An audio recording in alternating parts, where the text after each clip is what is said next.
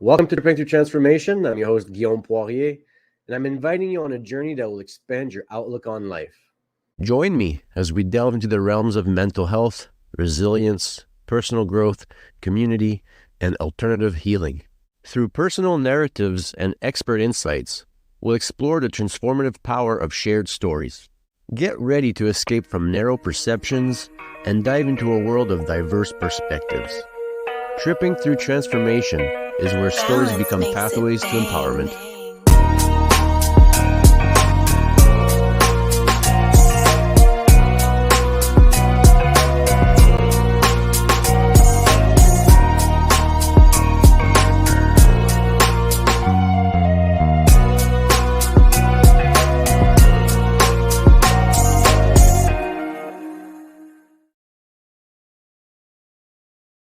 Welcome, Trippers, to episode 11 of Tripping Through Transformation. I'm your host, Guillaume Poirier, and feeling a little under the weather today, but the show must go on. Luckily, our guest, Dave Bradley, is an excellent speaker, as you'll soon find out. Dave is a former professional soccer player. He played 14 years as a professional, started out with Manchester United. He's now transitioned into being an entrepreneur, and he's launched his own multi-million-dollar business, Dave Bradley Lifestyle. I'm very fortunate to get to know Dave through NGBN, and I have him on my mastermind group where every 2 weeks he drops just knowledge bombs for us all to grow and benefit from. So without further ado, here's Dave Bradley. Balance, drop the beat.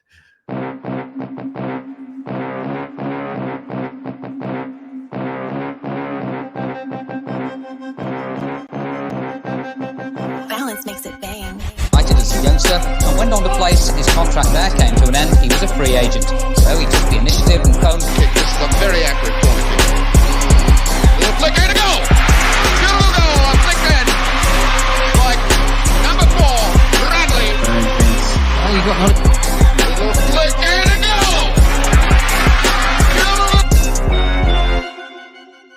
I thought to myself, well, I've got nothing to lose. I've got no job. You can only say yes or no. Dave, thank you so much for joining me. How are you feeling? How are you feeling? I'm feeling good. That's good. Yeah, me too. We're just going to stick with the positive vibes. Yeah, absolutely. So Dave, like I said, I'm so thankful to have you on my mastermind group. You know, you always share knowledge and little bits of your journey and the things that you've learned along the way. I love that clip that we just saw of you. I think it speaks a lot to your character. You know, I haven't got a job. What else are you gonna do? So I feel like there's a story to your journey that I kind of want to get into today, and I want to learn more about you, and I want to know your tips for success. So where do you want to get started, sir? You've got the floor because my voice is shot today. Yeah, well, it's really interesting watching that kind of stuff. I mean, of course, I don't watch that every day, but almost seems like it was yesterday. Obviously, it wasn't, and there's a lot of water under the bridge since those videos that you played there.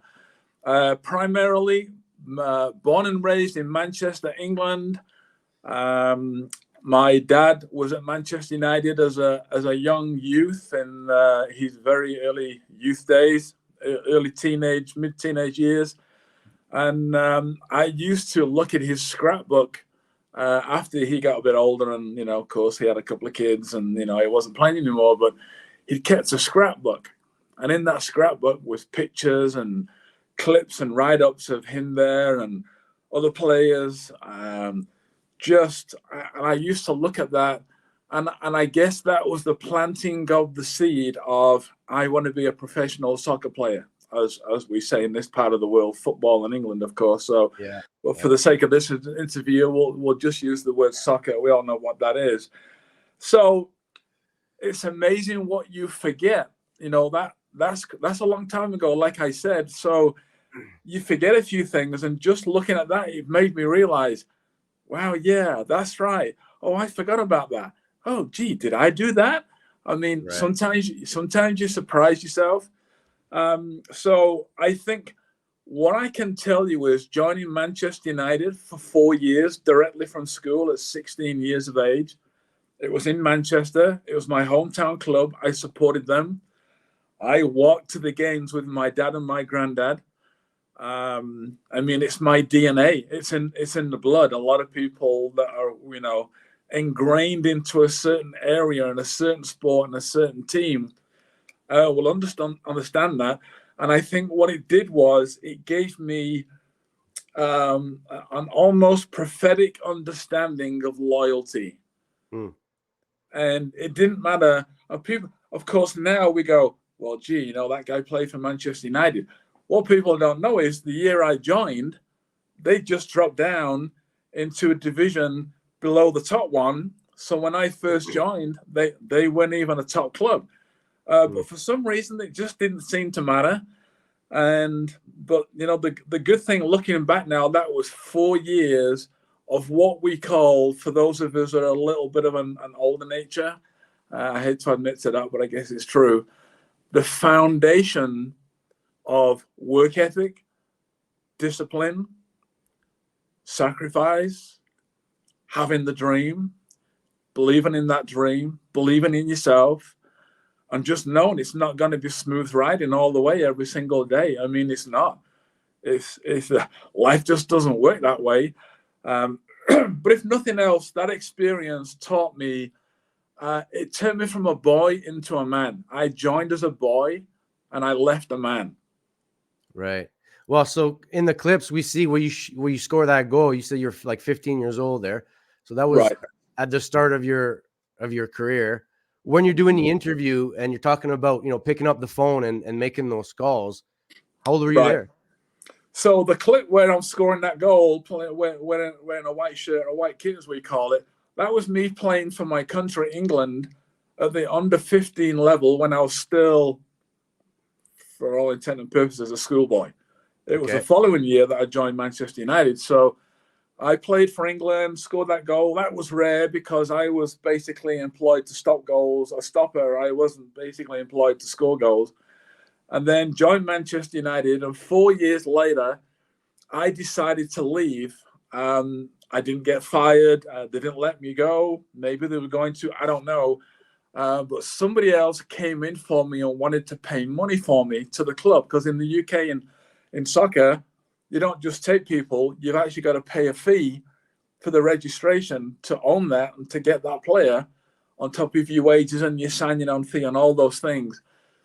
So I did that. A couple of years later, I ended up in a situation where I'd been playing for a team that was out of town from where I lived.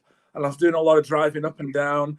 It didn't seem like much now, but then it seemed like a lot, hour and 15 minutes every day there and back to training every single day, every weekend. And I thought, okay, I've had enough of that. I want to go back that was in a place called Doncaster in Yorkshire, for anyone who's, clued up with geography over there. And I decided, okay, my 2-year contract was up. I'm just going to leave. I'm going to walk out and I'll find myself another club. And in that year I decided to do that, there was a new thing that came out called freedom of contract. The word freedom became a very pivotal word, a very influential word for me, because at that age, you don't really know who you are, what you want. You're just walking through doors, you're chasing your dream.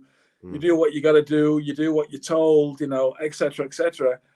So I was one of the first people to operate under the freedom of contract. So I could leave the club I was at, but then I didn't have any money. I wasn't getting paid wages or money to be there. But because I believed in myself and I decided I had enough of that and all the travel, so then I went back to Manchester. Then I started and this is ironic, this is also pivotal to what I started to do when I was an entrepreneur a few years later. I just started picking up the phone and calling coaches and managers of soccer clubs. And I would call and I go, hey, my name's Dave Bradley. I had 4 years at Manchester United. I just led this club. And now I'm exercising my right to freedom of contract. I'm looking for a club. Can I speak to the manager? Well, that wouldn't happen today. Right. That's like calling up and going, hello, I'm a free agent, and can I speak to Bill Belichick, please? I mean, it just really doesn't happen, That's the only way I can explain it. So Right. And I look back at that and I think to myself, wow, no fear, didn't care about the no's. It was already a no. I had a no until I give them a call. It could have been a yes. And if it was a no, I didn't go backwards. I already had the no anyway. So if it was a no, it's like, okay, no problem. And I would literally just click the phone. Back in those days, it was a phone. It wasn't a cell phone. And I would just click it off. I didn't even stop to go, no, they told me no. Oh, oh my God, maybe I'm no good. Nobody wants me. This is not going to work. I literally clicked it off and kept the receiver in my hand and started calling more numbers. And eventually it worked. And so I love that interview, and the video you see there was at the next club that I went to because I scored on my debut, which is ironic because I very rarely scored goals, but somehow we kind of captured them in some way in those videos. Yeah. No, what I want to say is that I love that you're saying until you make the call, it is a no. But until you do, it could be a yes. So automatically you're self-rejecting if you're not making that call. You're already disqualifying yourself. Right. So what I found appealing for me personally in that clip, because I've been in a point where I was unemployed and I didn't know which door to open, which alley to turn down to. Yeah. But it's having that willingness to put yourself out there and knock on doors and taking a peek behind and seeing, hey, what's behind here? Am I motivated to take action and walk through, or should I close that door? And it looks like for you took control and ownership of your life, right? You said, well, I have the ability to make decisions on my own now, and I'm going to take action and see what's out there for me. So I admire that. Right. Yeah. Thank you. Well, so how did that carry on in your life? Well, ultimately, because of that, there's a lot of word about, mentality and all, there's a lot of buzzwords out there that I don't really like to use. But for me, it's about, if you got a dream, you go after it and you don't let anybody get in the way. You don't accept no, you keep going until you get a yes. And that's really what happened. And ultimately what came out of that was it led me to get an opportunity to go and be a player, a soccer player / coach, which very rarely happens, especially at 26 years of age. So I arrived in New Zealand as a player coach at 26 years of age. And again, this would never happen now, but this is back in 1984. I'd never been a coach. I had no coaching badges. I had no experience. But somehow, because of my boldness and my belief in myself, somebody on the other side of the world, 12,000 miles away, had got hold of somebody at the Professional Soccer Association in Manchester, England, which ironically is where I was anyway. And they said, hey, we need a coach. The one we had left us due to an emergency, family, whatever. We need a coach, preferably a player coach. Who have you got? And I'd just gone to see the guy at the Professional Football Association that basically was an organization there to support people like myself in the game that maybe were looking for help or looking, for openings or whatever. So I went to see him and he said, okay, we'll let you know if we hear anything, and blow me down. The phone goes and he goes, do you want to go to New Zealand? And I'm like, yeah, where's New Zealand? That was my next comment. I didn't know where New Zealand was. I figured it was a long way away. So I ended up in New Zealand, and consequently, a couple of years after that, because I went to New Zealand for 6 months, then I went back to England, and I went to South Africa in '85 for another 9 months as a player. And then I went back to New Zealand and retired out of the game there. But then I ended up staying there in total 22 years. And that was, sometimes when you think you're failing, you think to yourself, I really thought I was going to have a longer career, better career. You've got this thing in your mind, but nobody else has got in their mind what you have in your mind. But I just kept walking through the open doors. And then that's when everything changed in my life for the better. So what I thought was a negative turned out into a massive positive. And then I learned what to do with my life after soccer. So from me, looking from the outside, and again, I'm listening to you and I've looked at the clips. I'm not questioning. I'm curious to know, where did you get that hunger and that confidence? Because it seems to me, for one, you're very young. So a lot of people at that age, they might not have that maturity or confidence. But the other thing is, I feel like you didn't really have to make that leap and take life in your own hands. You could have just coasted and said, hey, I'm happy with the way things are right now, and that's how my life is going to be. But you decided to kind of go against the grain. So where did that belief come from? And where'd you find the courage to make that leap? Looking back, I don't think I really knew what I was doing, because you're too young to realize that. At that time, I was single as well. I was out of a relationship, so I was single. Right, well, if someone's going to pay me to fly to New Zealand and pay me to be a player and a coach and pay for my accommodation, like, where else am I going to get that opportunity for? And there's no way in the UK at 26 years of age I was going to get a coaching position, because it's way too competitive. You just don't get coaching positions at 26 years of age. So I guess doors were opening. I just kept walking through them. Hey, if it doesn't work, I'll just come back. No big deal. I mean, I think when you're younger, you just don't fear failure. You just don't have that fear. Okay, because my next question is for you is, during that phase, was there ever a time where you felt maybe exhausted or depressed, or things weren't going your way, and you felt challenged, and maybe you were hesitant to proceed? Because it seems like you're doing all right and you made the right choices, but right. Well, there was one time when I first went over to New Zealand, and I was 26, and I took over this team. I had no idea what I was walking into, and after a few games, they were bottom of the league. They were right at the bottom, like rock bottom. Right. And I pulled all the players together and lined them up all in front of me, and I said, "Okay, we got two choices here.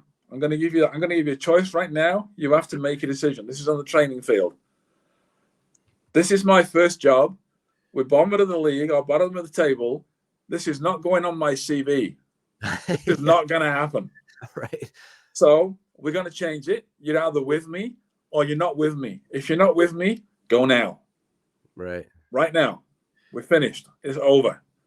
Because I only want people here who want to play, who are hungry, who want to learn, who want to grow, and want to have a good time." And then we started doing really well. And I just think when you've been, I don't know how to equate it to, but when you've been arguably the biggest soccer club in the world, right, that gives you a lot. It's like, I had 4 years at the biggest soccer club in the world. Something good came out of that. Somebody believed in me. Not to mention, you get schooled in your learning phase and the training that you go through, and the techniques and the skill level and the pressure that you're under to perform every game. I think I carried that through with me once I had left that, and that was my platform on to other things. It's all about having the dream and having belief. I still had the dream. I had the belief. I wouldn't let anybody knock that out of me. So I hope that answers the question. Yeah, no, it 100% does. And I can see that you're doing that right now today when we have those NGBN meetings. You're always in the background, providing that support, laying the foundation, setting the standard and the bar. Okay, right. So what's interesting about that, and you don't realize it at the time, but I look back now and think, just about every single team that I played in, I was a leader. I was either the captain of the team, or I was one of the leaders, one of the top two leaders in the team. And I think that's inbuilt in me. It's who I am. And it's not some leaders are shouting and screaming at people on the field all the time. Others are pretty quiet, just lead by example. It's amazing now, because I look at who I am now and I look back at them. It was there, even though I didn't realize it. I'm a massive encourager. Yeah. No, I get that. I mean, you don't have your own show on the network, but you definitely have your presence, and it's felt. We're going to take a quick break. Yeah. We're going to see a commercial from NGBN. And when we come back, we're going to continue on your journey and talk more about that. Sure. You're watching the exclusive sneak peek of NGBN TV. Like never before, streaming content for men is now available, with more to come. Join us on this journey as we introduce you to content creators and shows that are here to inspire, educate, entertain, celebrate, and support men in their 40s, 50s, and 60s. We can't do this without you, so please enjoy this sneak peek, but also share it with your friends and family, and help us connect with companies, organizations, brands, or nonprofits who align with our mission to save men's lives. This is the NGBN TV Sneak Peek.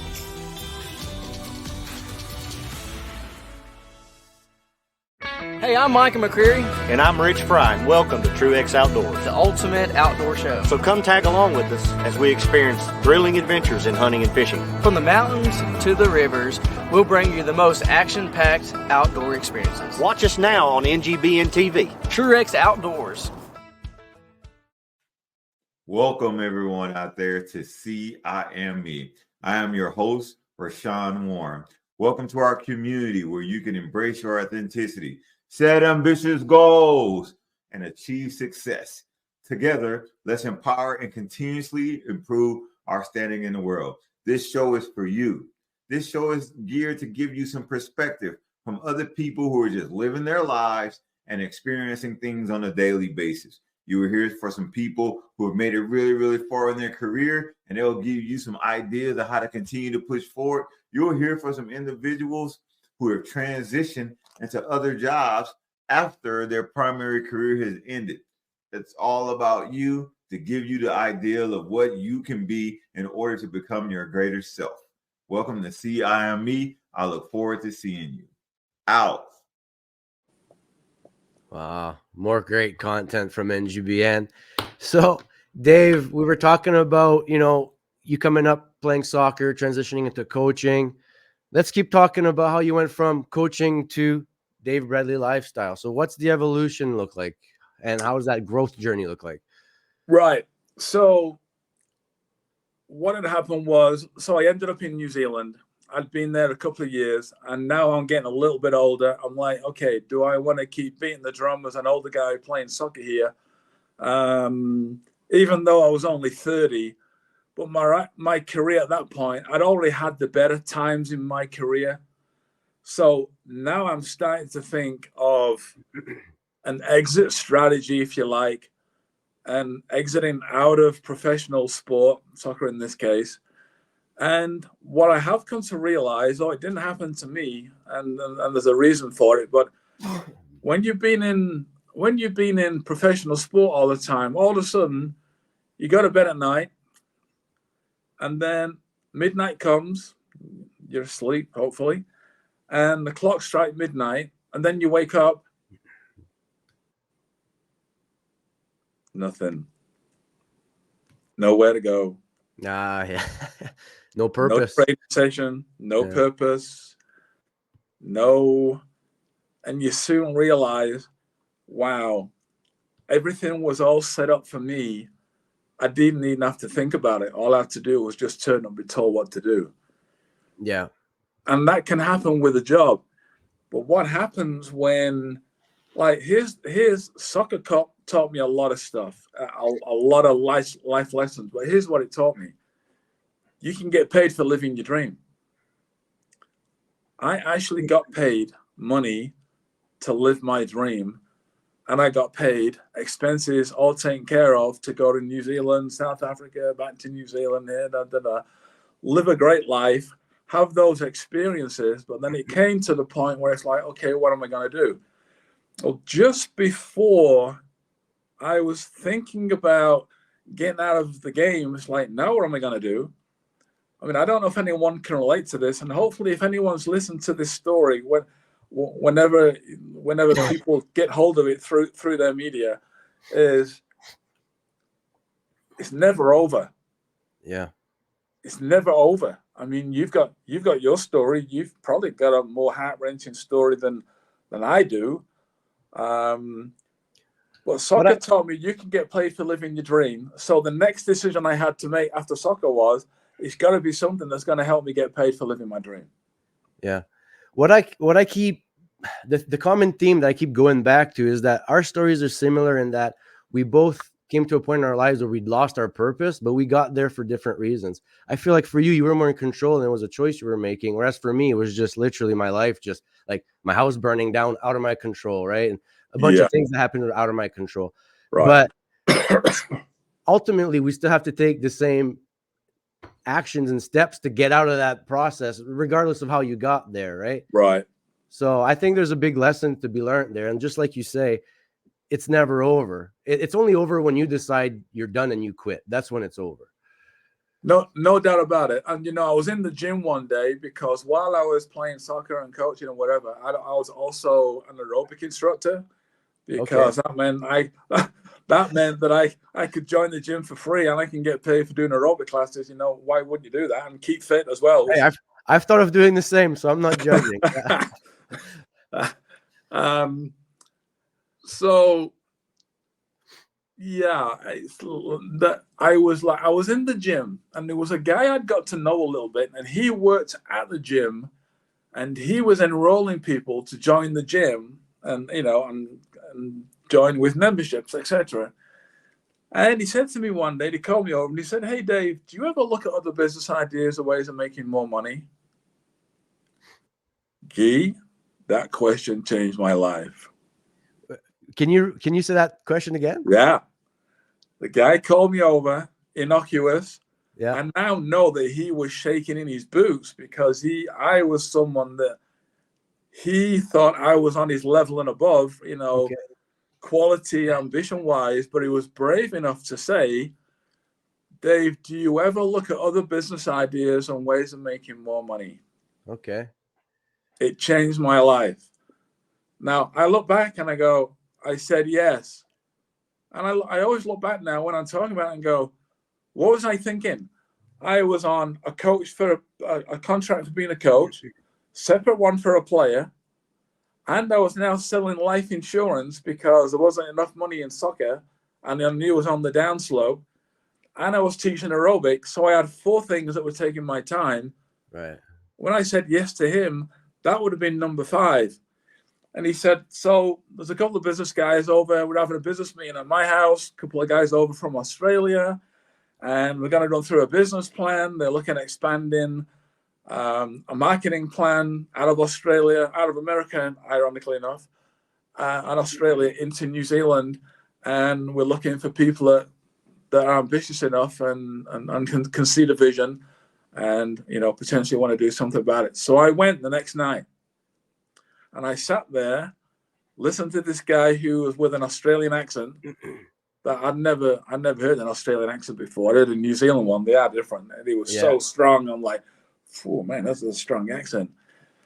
And he said, and he wrote it on a whiteboard. This is someone's house. And a guy standing from Australia in his house and a whiteboard. And I barely even knew the guy. I hadn't even been to his house before, so I don't know how I got there. But it's serendipity. It's fate, because I just kept saying yes and walking through open doors. And he said, "I'm going to give you. I'm going to write down something that is something that you can use for you to become successful, like a business system." And I said, "Okay." So I wrote it down, and he said, the dream plus work plus a vehicle, a business vehicle, equals success. He said, if you've got the dream and you're ready to do the work, we have the business vehicle. But what I've since come to realize with people is they think they have a dream, but they don't. So let's say you've got a certain group of people. You've got people with dreams who are willing to work, but they don't have the business vehicle to get where they want to go. So those people are looking. They're always looking. They're out there looking because they're not getting where they want to go.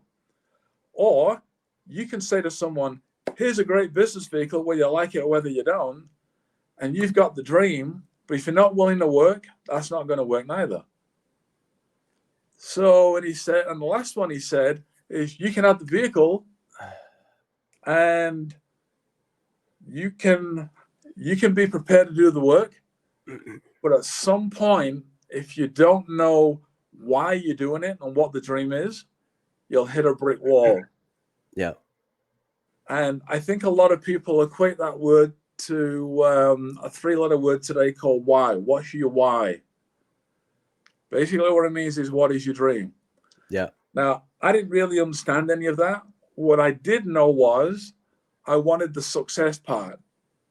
And I thought to myself, if I can get the dream and I'm willing to do the work and I can get my hands on this vehicle, then I can get where I want to go.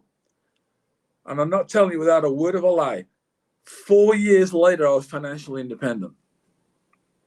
Wow. 4 years. And I was only doing it in my spare time alongside all those other activities. And eventually, the aerobic thing dropped off. Then I retired from soccer because I started making a lot of money from this entrepreneur endeavor. And eventually, I was down to just one job that was selling life insurance, and I was already scaling that one down because I needed more time to put into my business vehicle that back in those days was called networking. These days there are all sorts of different names for it. Next level marketing. It's really not relevant. The one thing that I have learned is people want to know, well, what is it? And maybe I asked that question too, but it was handled very professionally. And he said, well, does it really matter what it is if it's going to help you get your dream and it's legal? Right. And I said, no. And he said, well, is there anything to stop you getting started right now? And I said, no, there isn't. So I got started.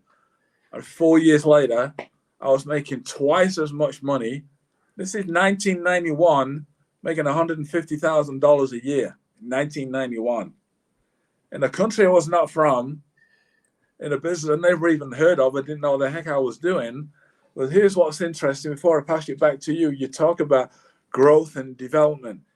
When you get to a point where you want what you've not got yet, or you've had what you had and then you've lost that, there's a reason why that happened. And those decisions are not going to get you out of that trouble. Right. Different decisions are going to get you to where you want to go. So we have to swap those old habits. And that's when I was introduced to personal, professional development, reading, listening. Like I was bombarding myself with this business system, and I was learning and growing. And that's basically what changed my life. Yeah. The biggest thing that comes up for me, and now you said this was 1991, so I imagine you weren't a father yet, right? Because you said your oldest is 21 years old, I believe. But it's 23? 22. One's 22, one's 19, yeah. Okay. But what comes to me is there's a caveat to that we might throw in if I remember. What comes to me is you've had, 5 things on the go, and you were juggling a lot of things. So how was your time management? How did you cope with all that? Because I know for me, I've got my job, I do this, and then I do my volunteering thing, and then I try to be a dad and have my own social life, and it gets to be a lot. Now you're doing 5 things. How do you handle that and get success? Like I think most people would just say, screw that, it's too much. I don't want to do this. Okay. So when the dream is big enough, the facts don't count. I like that. Yeah. So eventually, as I started to learn and grow and develop a business, some of those other activities started to drop away naturally because I didn't need them. Because I now needed more time to put into. Once I realized, whoa, wait a minute, this is real. This is wow, I can do this, I can have that, I can go here, I can make that amount of money, I can live this kind of a lifestyle. I mean, it was kind of a lifestyle like of the rich and famous, to be honest with you, without being famous. For me, being at a relatively young age on the other side of the world, literally almost debt-free, making 6 figures that was growing like crazy, like growing in every month. So it's interesting because my 2 girls now, that my wife and I, and on this year 9/11, we've been married 25 years. So we have a 22-year-old and 19-year-old. But I have a boy back in England who's now 41, and that was from a relationship where before I even left the UK. when I was 26 to go to New Zealand. So there is that too. And people go, well, wow, like, how did that work? Well, that's just the way it worked out at the time. But then one of my dreams was to have enough money and time to go back to the UK and spend a lot of time with him, backwards and forwards, because it doesn't take a lot of money to travel. Well, it does, but it takes time. And time's the new income. And most people are broke on time because we're trading time for money. We work, we get paid. We don't work, we don't get paid. We work that out pretty quickly. And in the end, I thought, and here's that word that we talked about earlier, is the word freedom. It became very evident to me that I was a little bit bone-eyed lazy and I wanted to be free. I didn't want to work the rest of my life. Yeah. So the being free required money and time, and the entrepreneurial business opportunity that I developed over there, that was what it created. It created residual income. And we talked about this earlier on, but if people really, truly understood residual income, you would do anything. You would walk through a brick wall to get residual income. If you're ever offered an opportunity to create residual income, I would grab that person. I would not let them go anywhere. I'd pick their brain and say, okay, I need you to teach me what I need to do to create residual income. Yeah. So do you think this would be a topic for a whole other show, or do you think that's something we could cover after the next break? We can cover it after the next break. Why not? Okay. Well, before we do that, the biggest thing that sticks out to me right now is this, the size of your dream, right? If your why is big enough, it doesn't matter.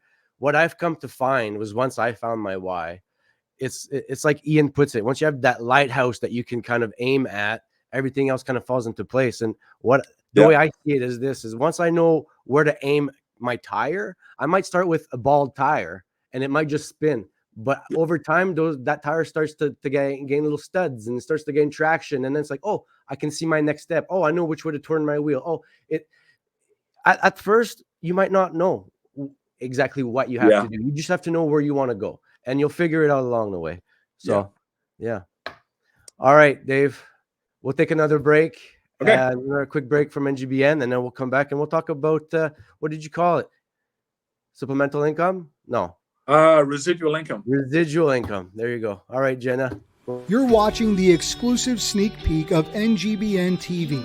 Like never before, streaming content for men is now available, with more to come. Join us on this journey as we introduce you to content creators and shows that are here to inspire, educate, entertain, celebrate, and support men in their 40s, 50s, and 60s. We can't do this without you, so please enjoy this sneak peek, but also share it with your friends and family, and help us connect with companies, organizations, brands, or nonprofits who align with our mission to save men's lives. This is the NGBN TV Sneak Peek.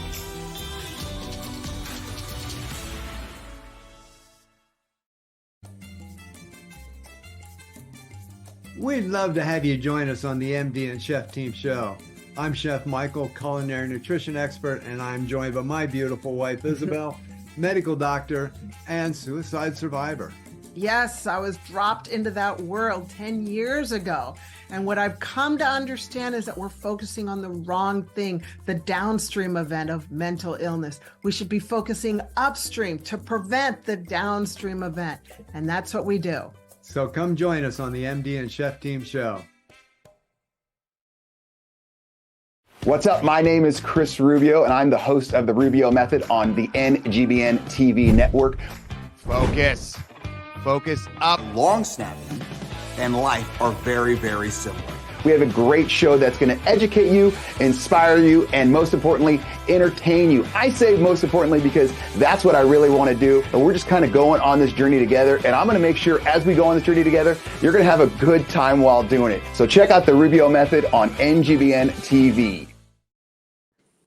Dave, I guess the first thing I should ask before we dive into residual income is I should ask you, is that what you do as part of Dave Bradley lifestyle, or is that something totally different? No, that's exactly what I do. Yeah, without a shadow of doubt. So beautiful. Dave Then let's lifestyle dig in. was originally I set that up originally way back when, because in the beginning when I was starting out, you don't have a name, you don't have a brand. In those days, no one talked about brands. You just got started. I started out of a shoebox and, you know, in a room in one of the houses. Then it became the front room. Then it became use one of the bedrooms for an office. Then it went renting an office. So it just grows and grows and grows. Yeah. Yeah. So what's Dave Bradley Lifestyle, and what can you tell us about residual income? Right. So Dave Bradley Lifestyle was it was originally set up because I moved over here into Maumee, Ohio, which is basically south of Toledo in the USA. I moved over here almost 17 years ago. And when I came over here, I was going to do this and go and do that and do the other. And I suddenly realized I'm not the young 30, 31-year-old that I was when I first put my initial business together. And now I'm in a great relationship. I got great kids. You know, so for all intent and purposes, what I started to do was be a full-time dad. Not a single dad, a full-time dad. And my wife wouldn't be happy about that. Well, that was also another massive growth area for me, because I'd never had girls before. I never had sisters. I had 2 girl cousins in the UK, but I didn't live with them. You know, they were my mother's twin sisters' girls. And actually, I love them both now. We have a great relationship, and I enjoy that relationship when I go back over there and just keep in touch. But so I thought, okay, I was sitting down in my armchair one day, or some chair at home, and I remember getting frustrated because I remember thinking, okay, I'm going to come over here, do this, do that. You know what to do. You can do it. You've got it. You know, you've done it before. Why can't you do it again? And I just wasn't finding anything. Although I still had my business that I built in New Zealand, I was living off the residual income and having that sent over to the USA. So I didn't have to worry about money when I was over here. But I knew that I was going to have to do something, and nothing was working. I remember getting frustrated. I remember slamming my arm down late at night on the armchair, on the arm of the armchair, and it made a bit of a noise. And my wife was in the bedroom next door, and she said, "What was that?" And I said, "Oh, nothing." I was so frustrated because I didn't seem to be finding something that I could do in America. I didn't want to do what I'd done in New Zealand all the way that I did it, and things that evolved and changed anyway. Because when you do something in the 80s, early 90s, and now you're in 2008, 2009, 10, 2015, one thing I remember hearing is the most successful people in the new millennium will be those people that can learn, relearn, and unlearn, or in the next 10 years. Yeah. Actually, it was my father-in-law who said that. And I thought, learn, relearn, and unlearn. I have to do that, because what I did to get me where I wanted to go back then is not necessarily what's going to get me to where I go right now. And what I did in those days, I started to realize pretty quickly, especially with social media now, and these are ways of doing things. People weren't going to drive around everywhere, meet people one-on-one at their home, in the coffee shop or whatever, and have someone not turn up and then it's a no-show. And then, so it goes on. And I thought, there's got to be another way. And I started to look for another way, but I didn't find one. I thought, it doesn't exist. I'm either going to have to create it, the business model, or I'm just going to have to forget about it and see what happens, which is what I did. So I became a full-time dad. And at the time I was getting frustrated, I slammed my arm down. And I distinctly remember, I have a strong faith, so I'm always listening out for God talking to me. And I remember that time, I'm not saying it was an audible voice, but it was just something that went through my body really quickly going, I'm giving you the grace to be a full-time dad to the girls. Why do you want to keep messing that up by running out and doing something? Yeah. And there's a saying out there, I don't want to change the whole world and lose my soul. Right. what I'd seen with a lot of people now as I'd grown and matured a little bit, I wasn't just bamboozled with money and houses and cars and lifestyle and travel, all the things that go with that, which is great. But now I was looking for something deeper. So now I'm starting to access myself more spiritually, more than it was all about attitude and mindset and grinding and all those words. And I know people still use them. And if it works for them today and it's their first time around this gig and, and they're younger people and that's what works, great. It doesn't work for me now. Grinding, I got to work. I hear people talk all the time when they go, yeah, work smarter, not harder. And I look at them and go, yeah, but you're not doing it. So there's a lot of people who are saying a lot of things, but they're not doing anything about it because they're missing the vehicle. So eventually, fast forward to a couple of years or more ago, a friend of mine in Australia, a guy called Mal Sword, I'd known him on and off probably 20 years or more in Australia and New Zealand. He'd come in and speak at seminars, and we'd go speak at seminars where they were, etc. And he sent me a text message, and he was on the plane from Paris back to Brisbane, Australia. And he sent me a message, and long story short, he said, I see that your mother-in-law, who was suffering from esophageal cancer at the time and was really struggling and eventually ended her life pretty quickly. He said, I see your mother's suffering from an illness, and he said, I think I have a product for that. I'm like, wait a minute, what was that? So I went back and I read the text again and again, the messenger, and again. And I'm going, yeah, sure enough. So I had a conversation with him a couple of days later. He said, have you ever heard of next level marketing? And I said, no. He says, well, you're about to. I said, okay. He said, Dave, several years ago when I was 62 years of age, this is 2 years ago, he's now 67, I think. He said, what you don't know, Dave, is I went broke. I went minus 130,000 broke. I was bankrupt. Then he was going bankrupt the second time. And in Australia, he didn't have enough dollars on his hands just to pay for his 3 boys, I think it was at that time, maybe 4. He'd already split up from his wife, so he'd already gone down that track, which is what happens to men. And he was just in a bad place. But he said, I have to tell you, Dave, at 62 years of age, 2 years later, at 64, I was making $1 million a year. And I was like, whoa, wait. Like, he said that all too quickly. So I asked him to repeat that and explain that. And he said, it's in its infancy. There's a company that's got a breakthrough product in the area of health and wellness, anti-aging, and athletic performance and recovery. So let me ask you a question. Anybody who's listening out there, is there anybody out there interested in their health and their wellness? Yeah. By the way, we are all ticking time bombs because age catches up, and age is officially now a disease. Is that right? Which can be dealt with. So I thought to myself, is there anybody out there interested in health and wellness? I just recently read that the most successful people starting a new business operation would be in health and wellness and technology. And not long after he said health and wellness, anti-aging and athletic performance and recovery, because that's a big thing in the sport world now to get the marginal gains. He said, no, okay, I've kind of lost my own train of thought now. That sometimes happens when you're behind the camera, right? Anyway, maybe I'll come back to that. So he said, they're going to go to market.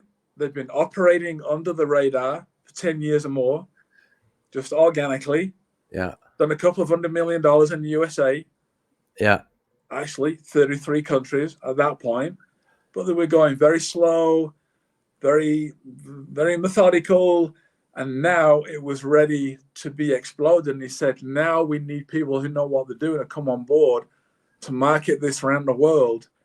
And that's the opportunity. Well, I'm not saying I was ready for that, Guy, but if you've had kids, and I know that you do, and a lot of people have played with that kids, where I come from, they call it hide and seek. Over here, they call it hide, go, seek. Is that right? Yeah.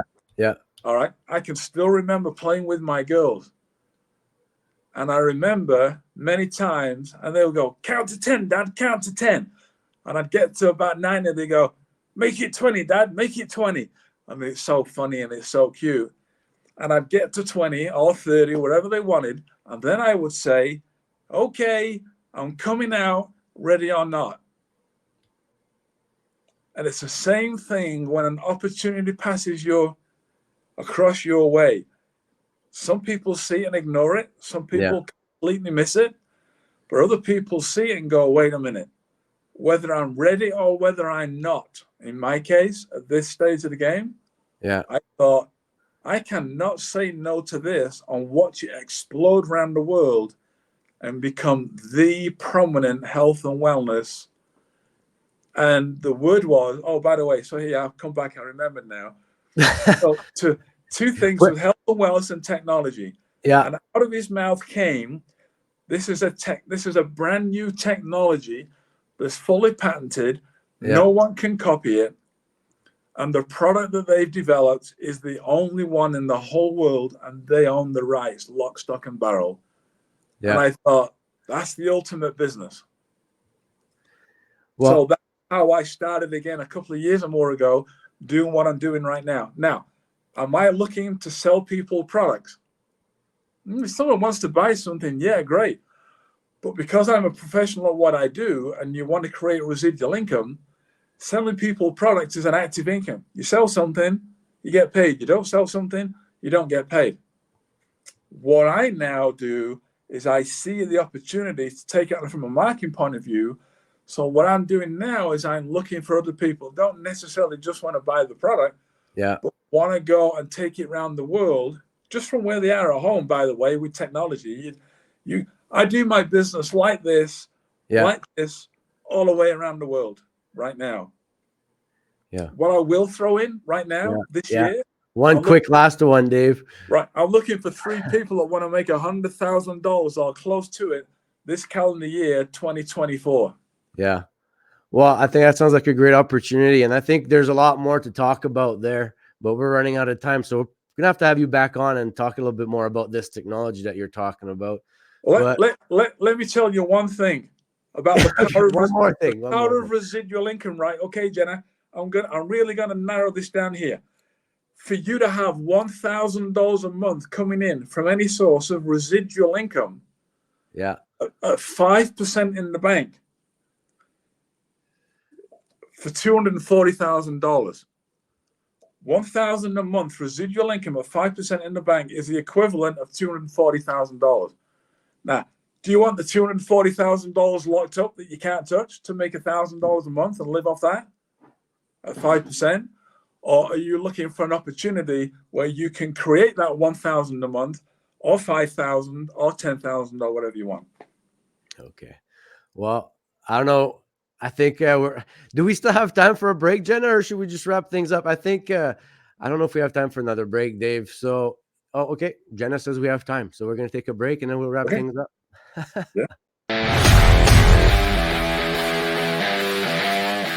Hello, my name is Charles Schultz, host of The Edge of Greatness. I hope you choose to join me on a journey into discovering the greatness in your life through the exploration of 7 pillars: purpose, mindset, resilience, discipline, commitment, people, and courage. Hope to see you there.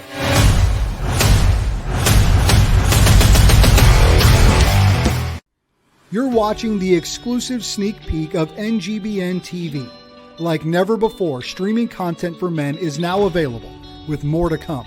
Join us on this journey as we introduce you to content creators and shows that are here to inspire, educate, entertain, celebrate, and support men in their 40s, 50s, and 60s. We can't do this without you, so please enjoy this sneak peek, but also share it with your friends and family, and help us connect with companies, organizations, brands, or nonprofits who align with our mission to save men's lives. This is the NGBN TV Sneak Peek.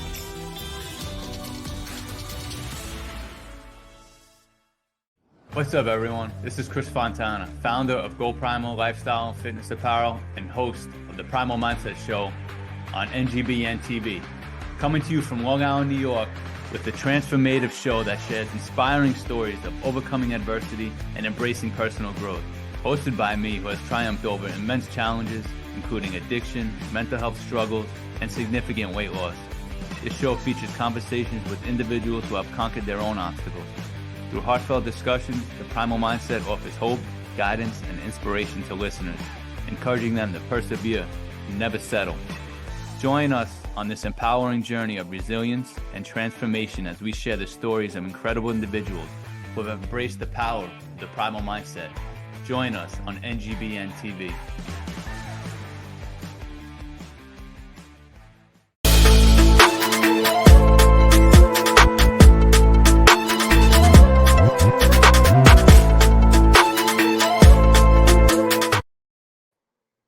All right, well, Trippers, Jenna, bring Dave back for a sec.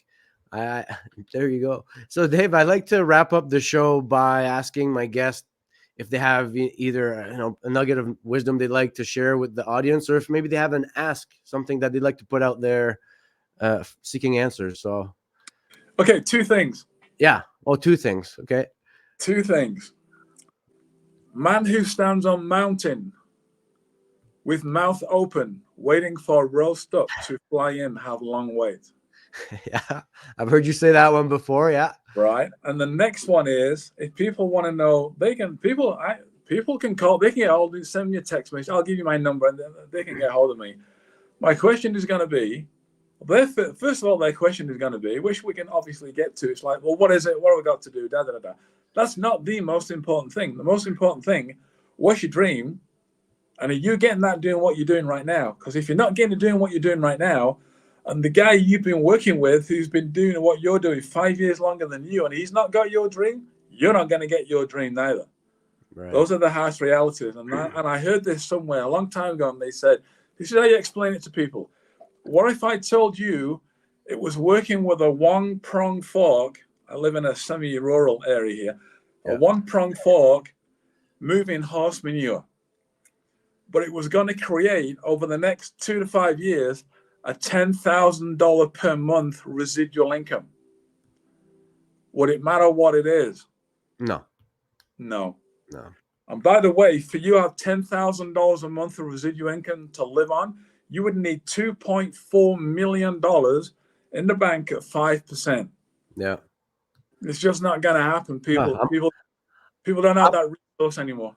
I'm only $2.4 million away, Dave. It's not that far. So, all right. So, where can people learn more about you and what you're about, if you've got anything to plug? Okay. So, first of all, get hold of me. My phone number, my cell phone is 419-902-7451. Now, you can't just call me because it doesn't accept calls. I'm not already in the phone. But you can send a text message with your name, referring to the fact that you heard this talk and you've got a serious interest in level in what it was that I've been talking about. Or you can go to LinkedIn, Dave Bradley. You can go to other social media, Dave Bradley Lifestyle. It's not going to be hard to get hold of me whatsoever. Perfect. And I'm sure they should mention that they've heard it on my show, so that I start generating some residual income from you, right? From all the people I'm going to be sending your way. That's quite possible. All right. Quite possible. Perfect, Dave. Well, thank you so much for coming on and sharing your story and sharing all that wisdom with us. I really appreciate it. Pleasure is all mine. Thank you, Guy. All right. Well, Trippers, thank you so much for watching another episode. I want to thank my partners, those that are encouraging me on my journey. We got Go Primal with Chris Fontana. Make sure that you check out his website, goprimalusa.com. He's got apparels there, but make sure you check out his show too, The Primal Mindset. He's got great guests on, and Chris has great motivational story. We're going to also talk about ground sounds. If you're curious about microdosing, I know I got to reach out and order some more, because since I've run out, I've definitely noticed a change in my mood lately. So I got to get on that. Groundsound.co is the website. Tripping10 is the code, and Tripping10 works for Go Primal. I'm going to get this right eventually. The venue in Creston, also one of our partners, close to my heart, nonprofit organization in my town of Creston. We're trying to create a venue for people to come and host events, have concert, plays, stand-up comics, poetry, whatever. We just want a beautiful place for people to come and hang out. And finally, ngbn.tv. That's where you're going to find all of our shows, my shows, but also all the shows on the network. And if you want to check out the store, put in Tripping 10 and you're going to get some discount on some merch. So I think that's it for today. And I look forward to episode 12. Thank you so much for tuning in and appreciate you.